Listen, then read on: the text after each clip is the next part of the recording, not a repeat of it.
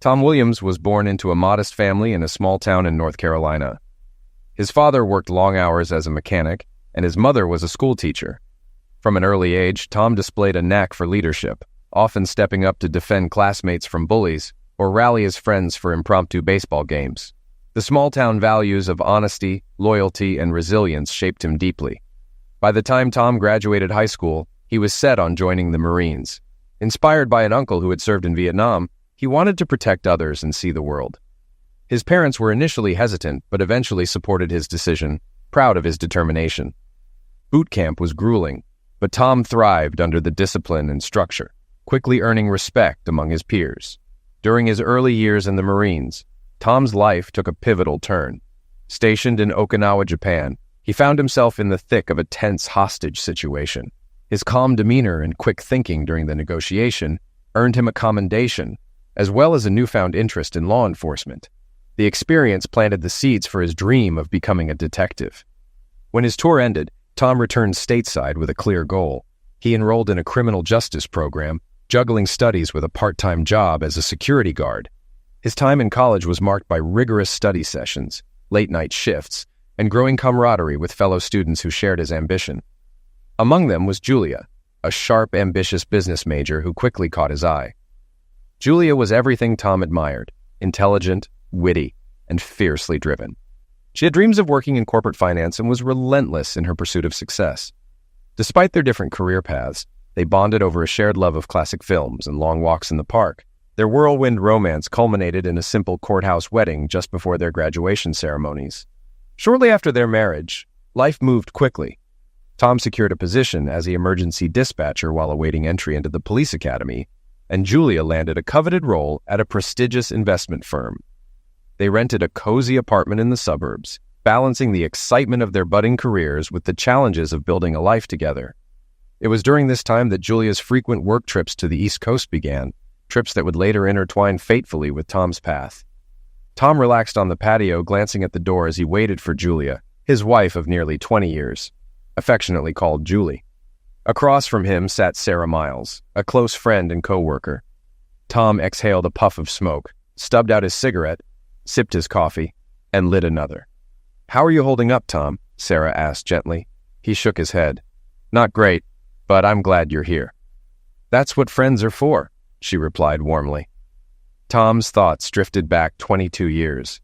Newly married, he'd just left the Marines, where he served as a military police officer. Dreaming of becoming a detective, he used his benefits to study criminal justice in college, where he met Julia, a business student. The connection was instant. Tom's commanding presence and Julia's charm made them inseparable. They married after graduation. Julia, 5 years younger, had been briefly engaged before meeting Tom. She shared little about her ex, who moved to New York, and Tom didn't ask. During his Marine days, Tom was a free spirit, but Julia changed that. She was the one. After the wedding, Tom waited 6 months to join the police academy, working as an emergency dispatcher in the meantime. Julia started a career at a national investment firm. Together, they managed to rent a modest apartment and were happy. Her job required occasional East Coast trips, which Tom disliked, but one trip brought big news. Julia was pregnant. Their son Andrew was born shortly after Tom graduated from the academy. 2 years later, their daughter Marie arrived after a difficult birth. Julia convinced Tom to get a vasectomy. Both children inherited Julia's blonde hair and blue eyes, prompting Tom's mother to once suggest a DNA test. Tom refused, firmly trusting Julia. 5 years into his career, Tom excelled in the detective exam, earning a swift promotion. With Julia's income, they upgraded to a cozy 3-bedroom home in a nice neighborhood. Life seemed perfect. At one of Julia's company Christmas parties held at a Marriott, Tom met Alf Henriksen, a New York manager. Alf's blonde hair and blue eyes bore an uncanny resemblance to Julia's, unsettling Tom. "It's great to meet you," Alf said, shaking Tom's hand. "I hear you made detective. Congrats." "Thanks," Tom replied, wary of Alf's smug demeanor. Alf smirked. "Julie didn't tell you? We were engaged in high school before I moved to New York." "I see," Tom said evenly. "It's good to finally meet you," Alf added. "Heard you earned a silver star in Iraq." Tom nodded curtly. "Just doing my duty." Alf's smile lingered. "The stronger man won, I guess." Tom stayed composed, though the encounter left a lasting impression. Tom spent the evening watching Julia closely, especially when she danced with Alf. While nothing about their interaction was overtly inappropriate, Tom couldn't shake the unease Alf's presence stirred. At the end of the night, Alf made a point of saying goodbye. "It was wonderful to see you again, Julie," he said warmly, then turned to Tom. "And a real pleasure meeting you, sir." "Likewise," Tom replied, his tone flat. The car ride home was tense until Tom broke the silence. "Was that the guy you were engaged to before we met?" Julia hesitated before answering softly. "Yes, that was him." "Don't you think it might have been important to tell me you work with your ex-fiancé?" Tom asked, frustration creeping into his voice. "He's based in New York, Tom," she explained. "We hardly see each other, and he's in a different department. But you're right, I should have told you. I'm sorry." Tom sighed, his tone softening. "It's okay. So, what happened between you two?" Julia smiled faintly. "I wanted a family, marriage, kids, a home. He didn't. When he moved to New York, he made it clear he wasn't ready to settle down. That's when I ended it." "Do you regret it?" Tom asked. "Not at all," she said, her smile brightening. "I have everything I've ever wanted." She took his hand and kissed his knuckles. "And right now," she said affectionately, "I'd love for you to take me to bed." Tom chuckled, his earlier unease fading. "Your wish is my command." After that night, Alf didn't come up again. Julia's business trips continued, but Tom never noticed anything to suggest she was unfaithful. She remained devoted, and their life together flourished. Over time, Tom met other colleagues from Julia's office, but none unsettled him like Alf. Tom, a seasoned police officer and now a lieutenant, prided himself on his keen observational skills. Yet something about Julia's workplace occasionally nagged at him. Her colleagues were always polite, but there was a subtle tension in their demeanor. Among them, Alice stood out. Years earlier, Alice and her husband had witnessed a robbery that Tom resolved, and they had testified courageously in court. Since then, Tom occasionally checked in on her. Recently, however, Alice's behavior had changed. At events, her glances seemed strained, carrying a quiet unease similar to what Tom had noticed in others at Julia's workplace. At first, he dismissed it, but a growing sense of discomfort lingered in the back of his mind. One day, determined to get to the bottom of things, Tom decided to visit Julia's office unannounced. As he walked in, Alice intercepted him before he could reach Julia's desk. "Julia just stepped out," she said quickly. Tom raised an eyebrow. "Do you know when she'll be back?" "She mentioned needing to drop something off at the legal department." "It might take a while," Alice replied, her tone hesitant. Tom studied her. "Is everything okay, Alice? How are you and your husband doing?" "We're fine," she said, then hesitated before blurting. "But I'm curious. Did you know Julie was seeing Alf while she was back east?" Tom froze, his stomach tightening. "That's not true. Why would you ask something like that?" Alice avoided his gaze. "I just assumed you knew. You two have an open marriage, right? Because of your injury?" Tom frowned, his confusion deepening. "What injury?" Alice's face paled slightly. She said you were injured on duty and couldn't, you know." Tom's expression darkened. "Alice, I've never been injured on duty, and I'm fine. If you have something to back up these claims, now would be the time to share." After a long pause, Alice nodded. "I have photos on my phone. I took them during one of our trips east. I thought you should know." Tom handed her his card, scribbling his email on the back. "Send them to me." Alice nodded solemnly. "I've seen them together multiple times. It's been going on for years." "For how long?" Tom asked, his voice a mix of anger and disbelief. 5, maybe 6 years, Alice admitted quietly. Tom's jaw tightened. "Keep this between us. Don't tell Julie I was here." "Of course," Alice replied. "I'll send the photos now." Tom left the office, his mind racing. Had Julia really been unfaithful all these years? He tried to replay the past, searching for signs he might have missed, but nothing stood out. She had always seemed devoted, calling him nightly during her trips, and showing no obvious changes in her demeanor. But now, he questioned everything. Minutes later, his phone buzzed with Alice's email. The photos were clear and devastating. One showed Julia and Alf locked in a passionate kiss on the dance floor. Another captured Alf's hand on her bare thigh beneath a skirt Tom didn't recognize. The final image hit him the hardest. Julia and Alf entering an elevator, her face tilted toward his, her expression unmistakably filled with longing. Tom's chest tightened, and tears blurred his vision. The betrayal cut deeper than he'd ever imagined. Back at his office, Tom found it impossible to concentrate. The crime board on the wall, a tool that usually brought him clarity, seemed meaningless now. After a futile attempt to work, he decided to call it a day. As he was leaving, a fellow detective caught sight of him. "You doing okay, Lieutenant?" the detective asked, concerned. Tom forced a faint smile. "Just some heartburn. See you tomorrow." At home, Tom grabbed a beer and powered up his computer. Checking Julia's calendar, he noticed her next trip east was scheduled in 2 days and would last a week. He transferred the photos from his phone to his computer and enhanced them, zooming in to scrutinize Alf's face. His chest tightened as realization dawned. The resemblance was undeniable. Pulling out photos of Andrew and Marie, Tom compared them side by side with the image of Alf. Andrew could have been Alf's twin, and even Marie shared striking similarities. Fighting back a wave of nausea, Tom steadied himself. He knew what had to be done. Without hesitation, he contacted a DNA testing service and arranged to pick up a kit that same day. Just as he was about to leave, his phone buzzed. The caller ID showed Julia's name. "Hi," Tom answered, keeping his voice calm despite the turmoil churning inside. "Hey," Julia said, her tone concerned. "Are you okay? You sound a little off." "I'm fine," he replied evenly, masking his unease. "Just dealing with a tough case and some stomach issues. What's up?" "I'll be working late tonight to prepare for the trip," Julia explained. "We're going out for dinner afterwards, so I won't be home until late, probably after 11. Can you handle the kids?" "Of course," Tom said, his tone steady. "Thanks so much," she said with audible relief. "Make sure they're in bed by 9:30. They've got tests tomorrow." "Will do," Tom assured her. "You're the best," Julia said warmly. "Love you." "Love you too," Tom replied before ending the call. As he set the phone down, Tom realized the hardest part of this ordeal wouldn't be finding the truth, but pretending nothing was wrong.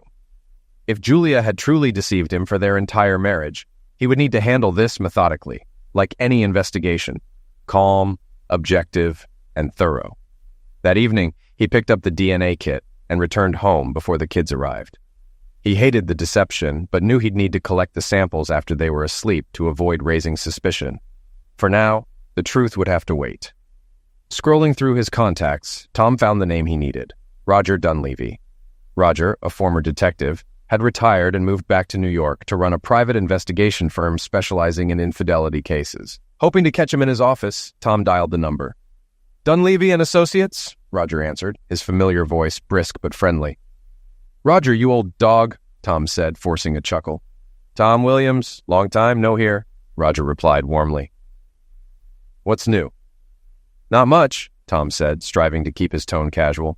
"How's business?" "Busy," Roger said with a laugh. "Turns out there are plenty of wandering spouses out there. What's going on? Finally decided to ditch the force and join the private sector?" "Not quite," Tom replied. "But I might have a job for you if you're willing to take it." Roger's tone shifted, becoming serious.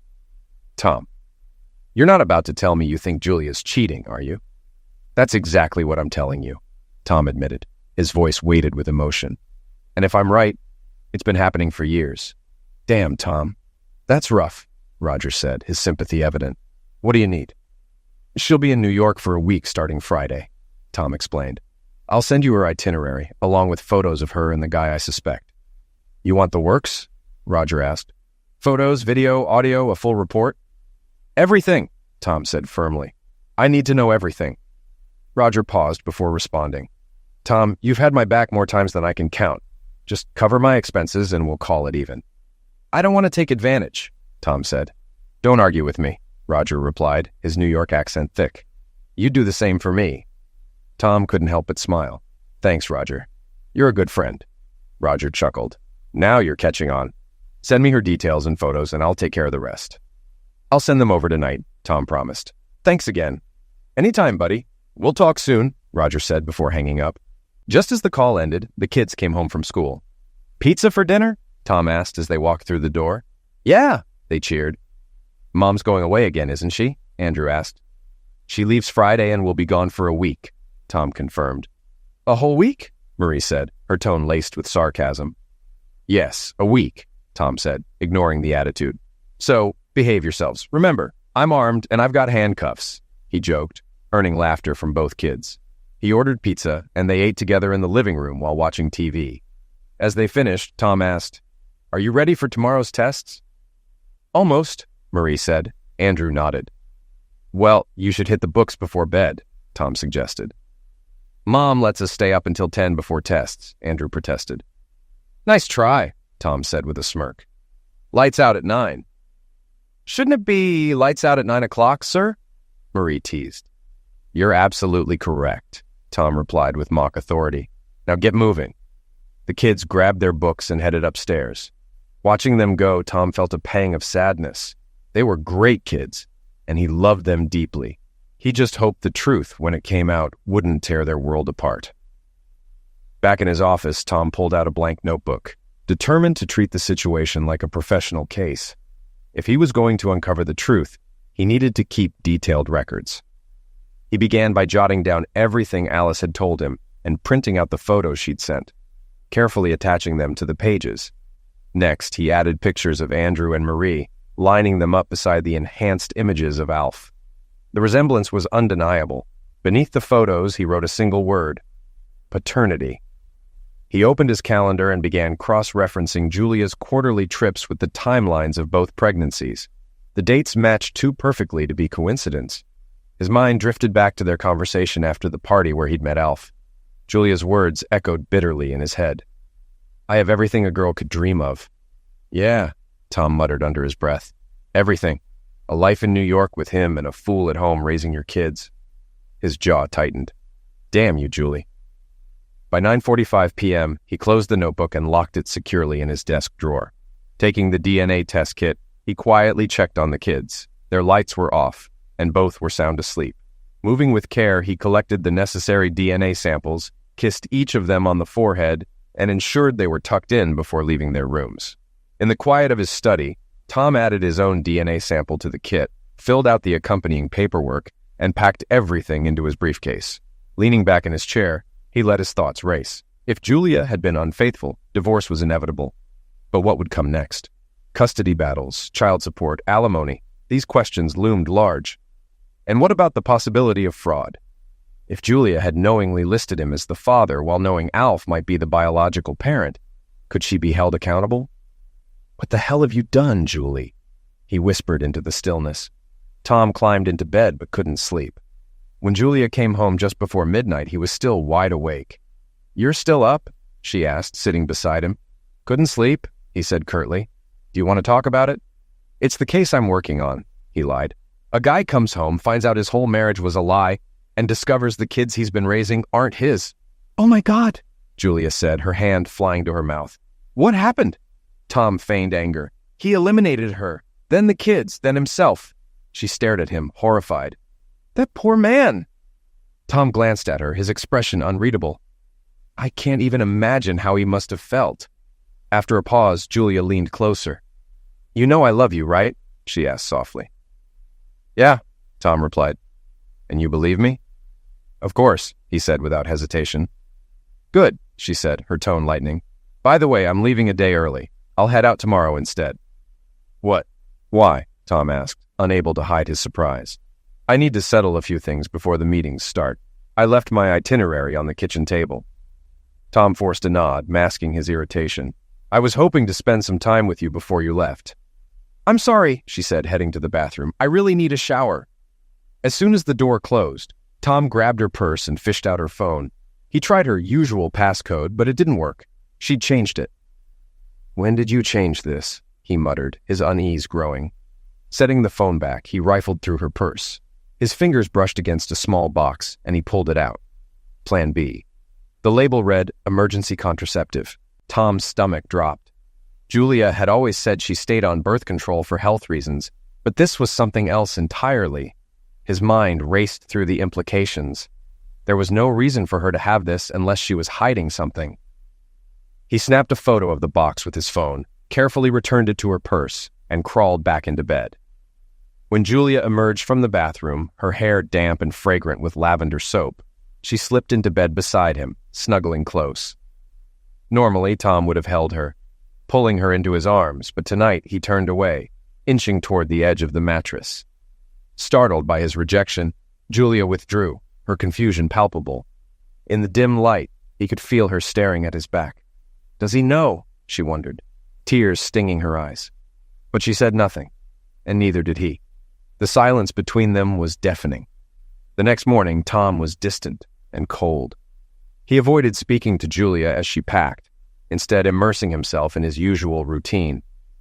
After showering, shaving, and dressing, he poured himself coffee and spotted the itinerary she had left on the kitchen counter. Picking it up, he studied it briefly before tucking it into his briefcase. Without a word, he walked the kids to school, keeping his face impassive. When he returned home, Julia was waiting by the door. "Aren't you going to kiss me goodbye?" she asked, her voice almost pleading. Tom paused, his hand on the doorknob. Turning, he met her gaze for a long moment. "Call me when you get there," he said flatly. "Tom, I really do love you," she said, her tone soft and insistent. "Uh-huh," he replied, his voice devoid of emotion. "I know." He opened the door and left, leaving her standing there, confused and hurt. "This must be weighing on him more than I thought," she reasoned. Once at his desk, Tom scanned her itinerary and forwarded it, along with the photos of her and Alf, to Roger. He also dropped off the DNA samples for processing and scheduled a meeting with Lucy Hawkins, a no-nonsense divorce attorney known for her aggressive tactics. If it came to that, Tom wanted to be prepared for whatever lay ahead. Determined to stay productive, Tom tried to refocus on his work. For a while, it seemed like he had regained a sliver of control, until his phone buzzed with a call from Captain Smith. "Williams, get to my office, now!" Smith barked. Tom let out a weary sigh, rising from his desk. As he walked through the precinct, his colleagues exchanged questioning glances, sensing something was off. Entering the captain's office, Tom closed the door as instructed and took a seat. Smith leaned against his desk, his arms folded. The normally gruff captain's tone was uncharacteristically gentle. "Okay, Tom, what's going on?" Tom hesitated before finally speaking. "I think my wife is cheating on me," he admitted quietly. Smith's eyebrows lifted in surprise, but he waited patiently for more. Tom exhaled deeply, the words tasting bitter as he said them. "And it's not just recent. I believe it's been happening for our entire marriage. There's a chance, a real chance. The kids might not even be mine." Smith's expression darkened as he ran a hand over his face. "Jesus, Tom, I don't even know what to say. I'm sorry." "I've already got wheels in motion," Tom said. "I've hired a private investigator, set up a DNA test, and I'm meeting with Lucy Hawkins this afternoon." "Good," Smith said with a nod. "You're doing the right thing, but you should also talk to Dr. Wilkerson." "The department psychologist?" Tom asked, his brows knitting together. "Yeah, you're one of my best. But this is a lot for anyone to handle. You need someone to help you process this so it doesn't bleed into your work. Trust me on this." Reluctantly, Tom nodded. "All right, thanks, Cap." Smith offered a small, encouraging smile. "You'll get through this, Tom. Just keep your priorities straight. Now get out of here before I start charging you rent for loitering." Tom gave a faint smirk and left the office, heading directly to Dr. Donna Wilkerson's office. When he arrived, she greeted him with her signature warmth and a knowing look. Well, well, Tom Williams graces me with his presence. This must be serious." "It is," Tom replied, sinking into a chair. "I wouldn't be here otherwise." Donna listened intently as Tom detailed everything, his suspicions, the evidence, and his next steps. "But you don't have hard proof yet?" she asked. "Not yet," Tom said. "That's why I'm working with a private investigator and waiting on the DNA results." "Have you consulted a lawyer?" Donna asked. "Yes, Lucy Hawkins." Donna nodded approvingly. "Smart choice. But Tom, this isn't just about you. If your suspicions are confirmed, it's going to rock your kids' world. You're the only father they've ever known." "I've thought about that," Tom said, his voice heavy with emotion. "But I've always taught them the importance of honesty. I can't keep this from them if it's true." Donna placed a reassuring hand on his arm. "Remember this, Tom. Biology doesn't make a father. You're their dad no matter what the test says." Tom gave a solemn nod. "Thanks, Donna. I won't forget that." Later that afternoon, Tom met with Lucy Hawkins in her office. He laid everything on the table, the photos, his suspicions, the DNA test, and the private investigator's involvement. Lucy listened carefully, her sharp legal mind already piecing together a strategy. "We'll wait for the test results and the investigator's findings," she said. "If your suspicions are correct, this goes beyond infidelity. If she knowingly listed you as the father while suspecting otherwise, we could pursue charges of paternity fraud." "Paternity fraud? That's a thing?" Tom asked, surprised. "It is," Lucy confirmed. "And in this state, it's taken very seriously. Depending on the details, we might even look at perjury if she's ever lied about this under oath. Tom shook his head, overwhelmed by the implications. This is going to get messy. It already is, Lucy replied bluntly. But we'll handle it. For now, don't tip her off. Let her dig her own grave. Tom left the meeting feeling a mix of resolve and dread. When he got home, his phone rang. It was Roger. "Hey, Tom, how are you holding up?" Roger asked. Tom sighed, sinking into a chair. "Hanging in there. Julie's probably on her way to New York by now. I just met with my lawyer. We're holding off on any moves until the evidence comes in." "Smart," Roger said. "I managed to set up a camera in her hotel room. It's motion and voice activated, and it streams directly to a private server. I'll send you the IP address and login info so you can monitor it in real time."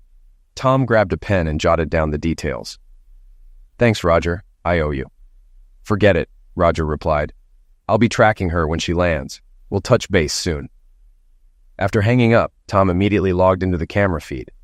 The screen showed a blank room, pristine and untouched, but the sight of it filled him with a gnawing unease.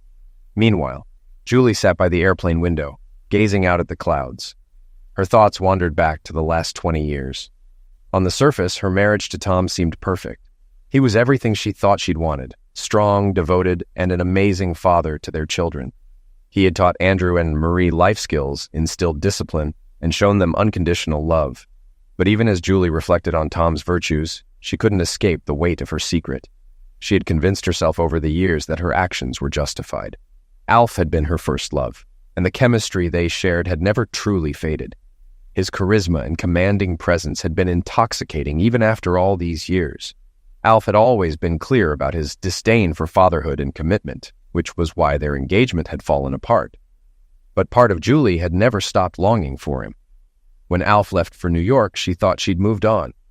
Then, Tom came into her life, a man who treated her like royalty and offered the stability Alf never could. She married Tom quickly, determined to leave the past behind. Yet the moment Alf re-entered her life, those old feelings resurfaced, bringing with them a dangerous temptation she could no longer ignore. Despite her life with Tom, Julie had never truly let Alf go.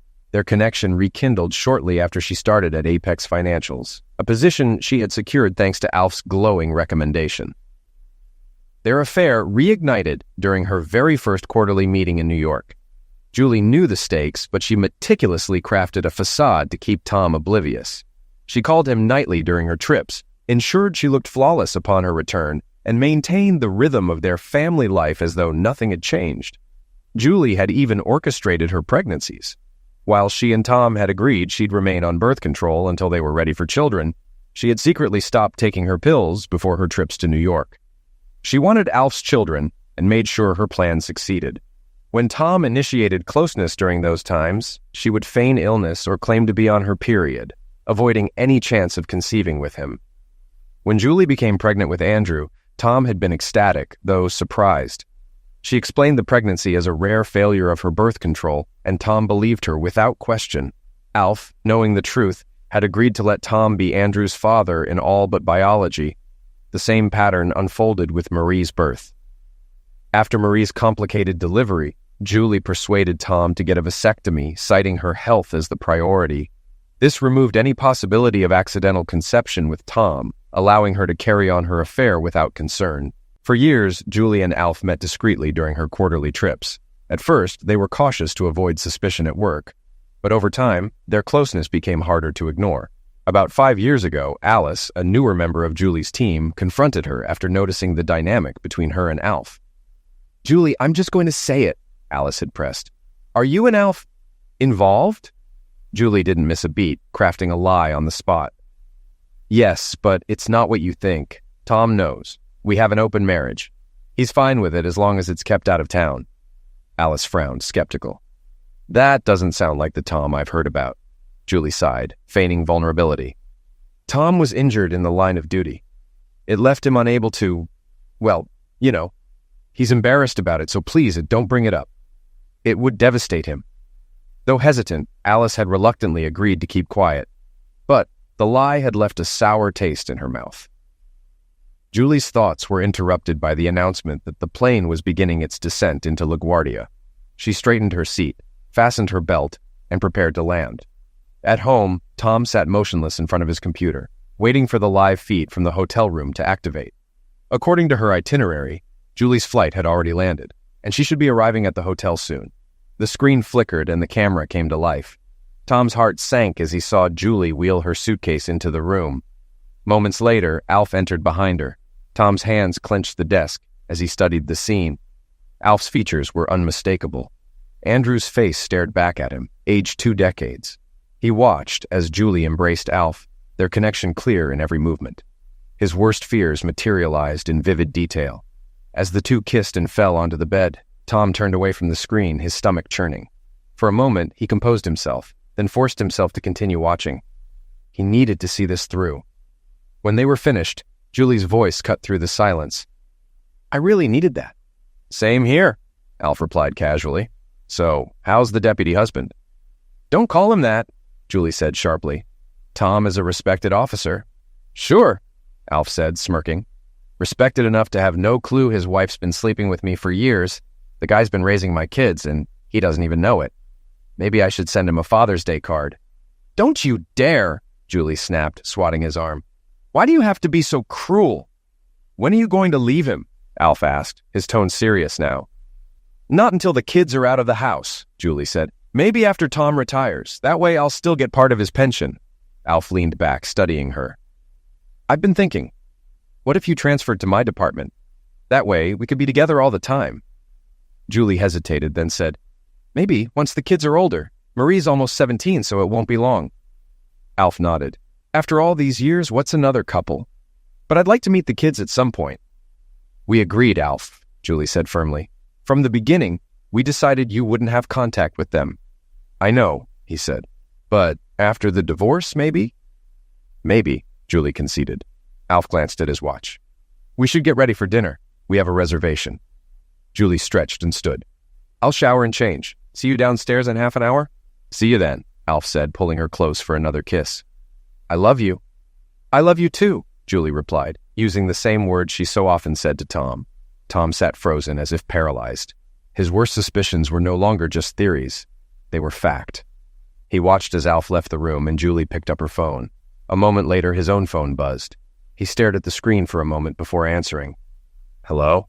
he said, his voice flat. "Hey, Tom. Just wanted to let you know I made it safely," Julie said, her tone cheerful. "Good," Tom replied curtly. "How's the case going?" she asked. "Making progress," he said, bitterness barely veiled. "I'm close to nailing down my main suspect." "That's great," Julie said brightly. "I know how much it's been weighing on you." "You have no idea," Tom muttered. "Well, I'm off to dinner now, but I'll call you tomorrow." "Love you," she chirped. Tom's voice was emotionless. "Sure, I'll tell the kids you called." Ending the call, Tom stared at the blank screen. Julie's words echoed in his head, hollow and meaningless. He had everything he needed to confirm the truth. But for the first time, he wondered what his next move would be. Tom ensured the video was saved securely on his hard drive before shutting off the monitor. By the time he returned to the living room, Andrew and Marie were home from school. Greeting them warmly, he masked the storm raging inside. His demeanor gave no hint of the unraveling truth he now carried. The following morning, Tom received a call from the DNA lab. The results were ready. He drove to the lab, picked up the sealed envelope, and opened it in his car. The confirmation he feared hit him like a sledgehammer. Neither Andrew nor Marie was biologically his. Despite the pain threatening to engulf him, he pulled himself together and headed straight to Lucy Hawkins' office, clutching the DNA results and a copy of the video evidence. Lucy reviewed the documents meticulously before speaking. "The DNA results are significant," she said. "This gives us a strong foundation. But the video, we can't use it in court. It wasn't obtained through legal means." Tom nodded, his expression grim. "I figured as much." "Even so," Lucy continued, "we have enough to move forward. We'll file for divorce citing infidelity and fraud. While this is a community property state, judges often consider infidelity during asset division." "What about paternity fraud?" Tom asked. "That's a bit more complicated," Lucy admitted. "We need her to admit she knowingly falsified the birth certificates. A confession, ideally in front of witnesses, would bolster your case." "I'll figure out a way to get her to admit it," Tom said, determination hardening his voice. "Good. Come back on Wednesday, and we'll plan our next steps," Lucy said. That evening, Julie called as usual, her tone affectionate and sweet. Tom kept his responses brief, avoiding any declarations of love. After they ended the call, he turned back to his computer monitor. The feed showed Julie slipping into bed beside Alf. His jaw tightened, but he continued watching, knowing the evidence would be invaluable later. On Wednesday, Tom met with Lucy again. This time, District Attorney Marvin Morrison and Deputy Sarah Miles joined the meeting. Marvin laid out a clear plan. "We need a confession," Marvin said firmly. "If she admits to falsifying the birth certificates, we can use that to build a stronger case." "She's coming home Saturday morning," Tom said. "I'll make sure the kids aren't in the house." "Good call," Marvin replied. "We'll have Deputy Miles standing by to serve the divorce papers and, if necessary, arrest her." Tom nodded, determined. "Understood." That evening, when Julie called, Tom asked casually, "You're still planning to come back Saturday morning, right?" "Yes, of course," she replied. "Great," Tom said evenly. "We should do something special when you're back." "That sounds nice," she said. "You know I love and miss you, right?" "I know," Tom replied, his tone neutral. "You don't sound very convincing," she pressed. "You haven't told me you love me all week." "I loved you," Tom said, emphasizing the past tense. "Good night." Julie hesitated but said, "Good night," before hanging up. She stared at her phone, her expression troubled. Tom smiled faintly, knowing her worry was just beginning. That Friday, Tom packed bags for Andrew and Marie and drove them to their grandparents' house. The children were confused and questioned why they couldn't stay home. "Mom's coming back tomorrow morning," Andrew pointed out. "I need to talk to her alone," Tom said gently. "I'll explain everything to you both in the afternoon." Marie's voice wavered. "Are you divorcing her?" "Please tell me you're not." Tom's face softened, though his heart ached. "It's not something I can stop." "Did you cheat on her?" Marie asked sharply. "No," Tom said firmly. "I've never even thought about another woman during our marriage." Andrew frowned. "So she cheated on you?" Tom sighed. "I'll explain everything tomorrow. For now, just trust me." The ride was silent, except for Marie's quiet tears. When they arrived, Julie's mother, Maggie, met them at the door, concern etched across her face. "What's going on, Tom?" Maggie asked. "Why is Marie crying?" Tom rested a hand on her shoulder. "I need to have a serious conversation with Julie in the morning. I'll explain everything to you after." "You're not going to hurt her, are you?" Maggie asked, her tone wary. "No," Tom said firmly. "But there are things you need to know." "You're divorcing her, aren't you?" Maggie pressed. "Yes," Tom admitted, "and for good reason. I'll explain tomorrow." Maggie reluctantly nodded. "You'd better." That night, Tom watched the live feed. Julie sat beside Alf, laughing as they talked. The sight stirred a storm of emotions, but he forced himself to stay composed. Picking up his phone, he dialed her number. "Hi, Tom," Julie answered, her tone bright. "Are you still on schedule to be home tomorrow morning?" he asked. "Yes," she said. "How's the case going?" "Almost wrapped up," Tom said. "By this time tomorrow, the suspect will be in custody." "Good," Julie said cheerfully. "Then maybe things will go back to normal." "Maybe," Tom replied flatly. "We'll talk in the morning."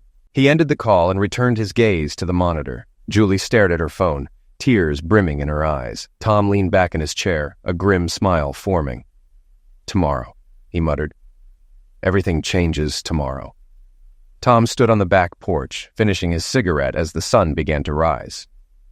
At exactly 7:30 a.m., Sarah arrived, stepping out of her patrol car with a determined expression. Together, they prepared for the confrontation, ensuring everything was ready. By 7:45, Julie's car pulled into the garage. Tom watched silently as she walked toward the house, her heels clicking against the concrete floor. She pushed open the door leading to the back deck. "Tom?" she called, her voice confused. "What's going on? Who's this? And why is there a patrol car in the driveway? Where are the kids?" Tom stood calmly. "The kids are with your mother," he said evenly. "This is Deputy Sarah Miles. Please have a seat. We need to talk." Julie glanced warily at Sarah, then back at Tom.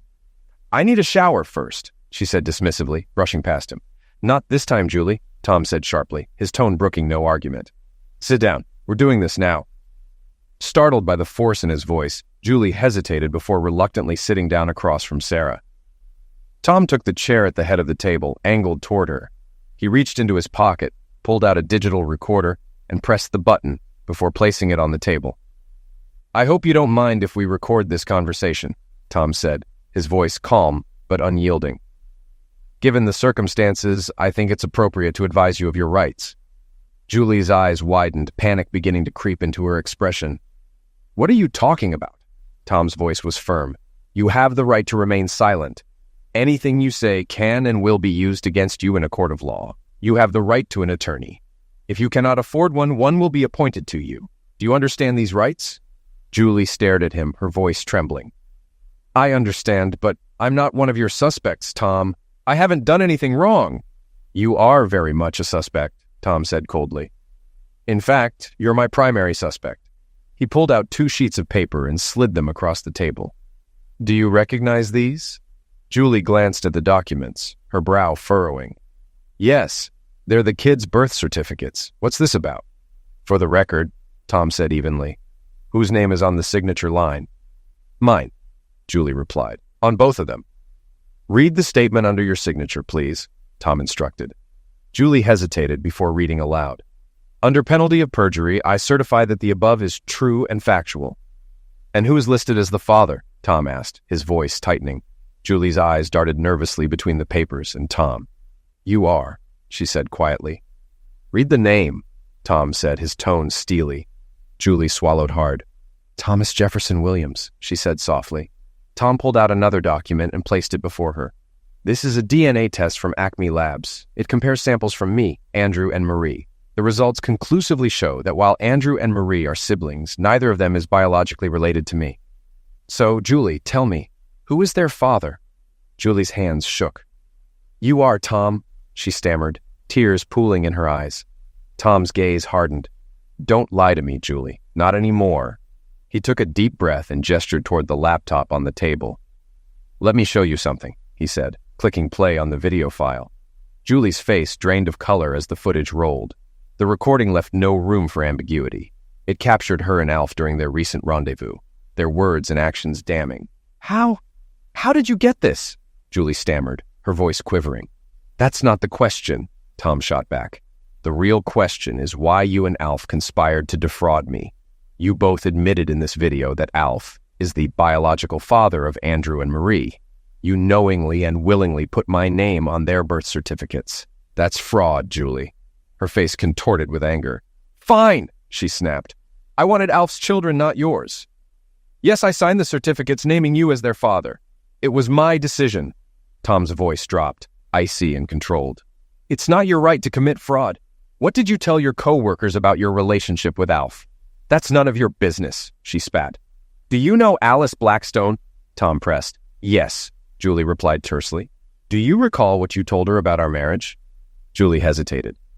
"I might have told her we had an open marriage," she muttered. "But that wasn't true, was it?" Tom said, leaning forward. "No," Julie admitted reluctantly. "And what else did you tell her?" I said you were injured," Julie mumbled. "Injured how?" Tom asked. "That you were injured on duty and couldn't perform sexually," Julie admitted, her voice barely above a whisper. Tom leaned back, his expression stony. "So you lied to justify your affair, and you didn't stop there. You told others the same thing." Julie dropped her head, unable to meet his gaze. "Yes," she whispered. Tom exhaled, pushing back his chair. "I think we're done here." He nodded to Sarah, who stood and handed Julie a manila envelope. "Julie Williams, you've been served," Sarah said formally. Julie blinked in confusion as the weight of the moment sank in. "What is this?" she asked. "Divorce papers," Tom said coldly. "On the grounds of infidelity and fraud." Sarah's voice turned firmer. "Please stand, Mrs. Williams. Turn around and place your hands behind your back." Julie's head snapped up. "What? Why?" "You're under arrest for 2 counts of paternity fraud and conspiracy to commit fraud," Sarah said, producing a pair of handcuffs. "This can't be happening," Julie cried, panic overtaking her. "Oh, it's happening," Tom said. "Fraud is a felony in this state. I suggest you get a lawyer." As Sarah led Julie to the patrol car, Julie turned, her face streaked with tears. "Tom, please," she sobbed. "I love you." Tom shook his head, his voice devoid of emotion. "If this is love, I'd hate to see what you'd do if you didn't care." He watched as Sarah drove away, leaving him standing alone. Though relief washed over him, it came with a deep sense of loss. For over 20 years, he had loved Julie. Now he had to face their children and explain the unimaginable betrayal that had torn their family apart. Tom arrived at Maggie and Cliff's house later that morning. his laptop in hand. When Maggie opened the door, her face was tight with worry. "Tom, what's going on?" she asked. "It's time to explain," he said grimly. "Where are the kids?" "In the backyard," Maggie replied. "I'll bring them in." Minutes later, everyone was gathered in the living room. Cliff, Julie's father, looked at Tom expectantly. "What's this about, son? Where's Julie?" Tom drew a steadying breath. "She's in county jail." Cliff's eyes widened. "Jail? What for?" Tom glanced at Andrew and Marie, his heart breaking. "What I'm about to tell you will hurt, but you deserve the truth." Looking at the children, he continued. "Your mother, she lied to me. She lied to all of us. I'm not your biological father." Marie gasped. "That's not true. You're our dad." Tom's voice softened. "I raised you. I love you. But biologically, I'm not your father." The room fell into a stunned silence. Tom continued, his voice steady. "Before I met your mother, she was engaged to a man named Alf Henriksen. She wanted to marry him and have his children, but he made it clear he didn't want the responsibility of fatherhood. So she decided to have his children anyway, without his commitment." Maggie's face paled as recognition dawned. "I remember him. Tall, blonde, Scandinavian-looking. I even have an old picture of them." She left the room and returned moments later with a photo album, flipping through the pages until she found what she was looking for. Handing the picture to Cliff, she watched as his expression darkened. The resemblance between Alf and the children was undeniable. Tom nodded. "That's him. Julie and Alf worked together to list me as the father on your birth certificates, fully aware it wasn't true." Andrew frowned. "Wait, so Mom's in jail because she cheated on you?" "No," Tom explained firmly. "She's in jail for paternity fraud. When she signed those birth certificates, she committed a felony. It's a serious crime in this state." Marie's lip quivered. "What happens to us now? Are we going to lose you too?" Tom leaned forward, his voice softening. "Never, sweetheart. I've already petitioned for custody of both of you. I may not be your biological father, but I raised you, and I've loved you both every single day of your lives. I'm not going anywhere." Marie broke down, rushing into Tom's arms. "I love you, Daddy," she sobbed. Andrew stood frozen for a moment, then walked over, tears streaming down his face. "Am I still your son?" he asked quietly. Tom pulled him into the embrace. "Of course you are. You'll always be my son." The three of them held each other tightly, their tears mingling as they found strength in their bond. "I love you, Dad," Andrew said. "I love you too, son," Tom replied, his voice thick with emotion. "We'll get through this. Together." Cliff cleared his throat, breaking the silence. "What happens to Julie now?" "She's being held in county jail," Tom said. "The DA is pursuing charges, and they're working to extradite Alf to face conspiracy charges as well. Julie may call you from jail." Maggie's face fell. "What if she's released on bail?" "She might ask to stay here," Tom said calmly. "But I've already packed her belongings. They're in the garage." Just then, the phone rang, cutting through the tense atmosphere. All eyes turned to it. Maggie answered, her voice firm as she greeted her daughter. Julie's frantic and tearful voice echoed faintly through the receiver. It took Maggie several moments to calm her enough to speak. "Julie, listen to me," Maggie said sternly. "Tom has told us everything, and I have to say, I'm deeply disappointed. If you didn't want to have Tom's children, you never should have married him." Julie's response was muffled, but Maggie cut her off sharply. "No excuses. You broke the law, Julie. We raised you better than this. If you're released on bail, you can stay here. But don't expect sympathy from us. The kids are staying with Tom." More muffled protests came through the line. Maggie turned to Andrew and Marie. "Do you want to speak with your mother?" The children exchanged a glance, their expressions hardening. "No way!" they shouted in unison. Tom and Cliff couldn't help but laugh softly at their bold response. Maggie turned back to the phone. "I'm sorry, Julie, but they're not ready to talk to you. Maybe after they've had time to process this. We'll look into finding you a lawyer. But for now, goodbye." She hung up, her lips pressing into a thin line. Cliff sighed heavily. "Well, she's got a lot of growing up to do." Maggie softened as she looked at Tom and the kids. "How about they stay here one more night? That'll give you time to settle at home." Andrew nodded, and Marie agreed. Maggie turned to Tom, her eyes filled with compassion. "Go home, Tom. Take care of yourself. You've been through enough." Tom hugged her tightly. "Thank you," he said before shaking Cliff's hand. Turning to his children, he hugged them both. "I'll pick you up tomorrow. I love you." "We love you too, Dad," Marie said, her voice trembling with emotion. On Monday, Julie appeared in court for her arraignment. District Attorney Marvin Morrison argued persuasively, highlighting the gravity of her crimes and the risk of flight. The judge ordered her held without bail to prevent her from fleeing to New York to be with Alf. 3 months later, Julie's trial concluded. A jury found her guilty of 2 counts of paternity fraud and 2 counts of conspiracy to commit fraud. She was sentenced to 10 years in prison with parole eligibility after 6.